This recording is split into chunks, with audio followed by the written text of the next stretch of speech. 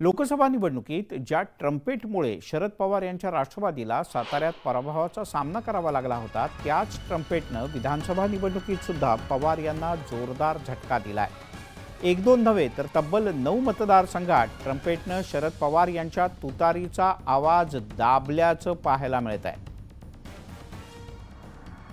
9 जागांवर ट्रम्पेट आणि तुतारी यातल्या साधर्म्यामुळे किंवा लोकसभेच्या वेळेला दिलेल्या चिन्हामुळे लोकांचा गोंधळ उडाला आणि पवारांच्या तुतारीचा आवाज कमी झाला, कारण ट्रम्पेटला अनेकांनी पसंती दिली। जालन्याच्या घनसांगवीत पवार यांच्या राष्ट्रवादीचे राजेश टोपे यांचा 2309 मतांनी पराभव झाला।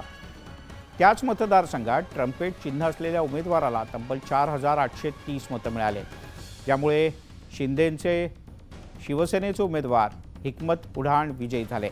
तिकडे बेलापूरमध्ये संदीप नाईक यांचा अवघ्या 377 मतांनी पराभव झाला। या मतदारसंघात ट्रम्पेटला 2860 मतं मिळाली आहेत। अशाच पद्धतीनं 9 मतदारसंघात त्याचा परिणाम झाला आहे। ट्रम्पेटने काही मतं घेतली, त्याचा लाभ मला पण झाला, पण महाराष्ट्रातल्या बाकीच्या मतदारसंघातल्या निवडणुकीमध्ये ट्रम्पेटचा लाभ झाला किंवा नाही झाला वगैरे याच्यावर काही चर्चा झाली।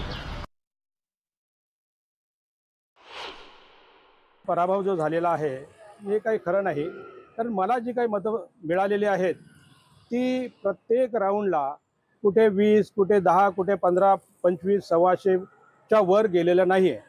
आणि त्यांना जी मतदान झालेलं आहे ते प्रत्येक राऊंडला 500, 1000, 1500, 2000च्या फरकाने झालेलं आहे।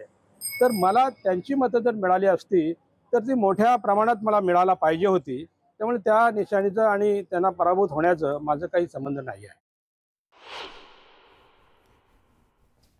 मग आपण काही मुद्दे समजून घेऊयात। घनसांगवी मतदारसंघात राजेश टोपे यांचा पराभव झाला 2309 मतांनी, तर ट्रम्पेट चिन्हावर 4830 जणांनी बटन दाबलं होतं। त्यामुळे हिकमत उढाण विजयी झाले। तिकडे बेलापूर मतदारसंघात संदीप नाईक यांचा 377 मतांनी पराभव झाला। ट्रम्पेटवर मतं पडली होती 2860। मंदा म्हात्रे इथे विजयी झाल्या।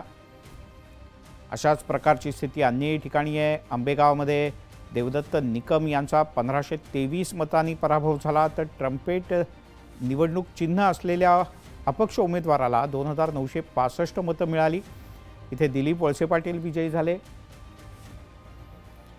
पारनेरमध्ये राणी लंके यांचा पराभव झाला, 1526 मतांनी त्या पराभूत झाल्या, तर ट्रम्पेट चिन्ह ज्यांचं होतं त्या अपक्ष उमेदवाराला 3582 मतं मिळाली। काशीनाथ दाते हे विजयी झाले। चंद्रकांत फुंदे आपले प्रतिनिधी आपल्यासोबत आहेत। चंद्रकांत, हे जेव्हा आता आकडेवारी सगळी समोर आली आहे त्यावर राष्ट्रवादीच्या दोन्ही गटांकडून काय प्रतिक्रिया आली आहे? आता स्वतः आपण दिलीप वळसे पाटलांची प्रांजळ कबुली ऐकलेलीच आहे, ऑन एअर प्रेक्षकांसमोर सगळ्यांनी वाचली। त्यानंतर रोहित पवारांनी स्वतः ते ट्विट केलेलं आहे। म्हणजे त्यांची ते थोडक्यात वाचले काही मतांनी, पण त्यांच्या मतदारसंघात रोहित पवार दुसऱ्या म्हणजे वडिलांचं नाव मध्ये वेगळं, रोहित पवार नावाच्या उमेदवाराला नेमकं ट्रम्पेट चिन्ह दिलं गेलं होतं।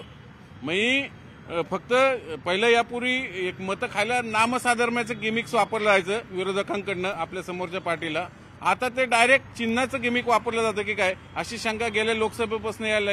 जसं पवारांना तुतारीचं चिन्ह मिळालं, गेल्या लोकसभेत आपल्याला माहिती आहे पवारांचा स्ट्राईक रेट सर्वाधिक होता, 10 पैकी 8 खासदार आहे, पण त्यातही 9 आला असता तर कुठला साताऱ्याचा शशिकांत शिंदे आले असते, पण तिथं ट्रम्पेटनी मतं खाल्ली आणि उदयनराजे नेमके तेवढ्याच मतं निवडून आले। ही कबुली स्वतः अजितदादांनी दिलेली साताऱ्यामध्येच, नाहीतर राज पडलं असतं। म्हणजे थोडक्यात अजितदादाला जो फायदा ज्यावेळेस ते सांगितलं, आता दिलीप वळसे पाटलांनी सांगितले, आणि असे 8-9 आणि प्रमुख मतदारसंघ म्हणजे दिलीप वळसे पाटील तिकडे देवदत्त निकम निवडून आले असते, इकडे परांड्यातनं राहुल मोठे आले असते, घनसावंगी म्हणजे राजेश टोपे आपल्याला माहिती आहे जिथनं हे सगळं आंदोलन पेटलं तेही अवघ्या 2500 मतांनी पराभूत झाले आणि तिथं ट्रम्पेटला मिळाले 3000च्या आसपास। म्हणजे असे 9 मतदारसंघ आहेत ओळीने। म्हणजे आज जर ते ट्रम्पेट चिन्ह नसतं तर कदाचित शरद पवारांचे किमान 20 आमदार निवडून आले असते, आज फक्त 10 आहेत। हा बेसिक फरक आहे आणि या विरोधात इलेक्शन कमिशनकडे पवार गटाने दाद मागितली, पण त्या इलेक्शन कमिशननं दाद दिली नाही. राज्यांनी दिली, राज्य पण केंद्रीय इलेक्शन कमिशन ती दाद दिली नाही आणि त्याचाच फटका पवार गटाला बसलेला इथं पाहायला मिळेल. चंद्रकांत, तुर्तास धन्यवाद या माहितीबद्दल. महायुतीला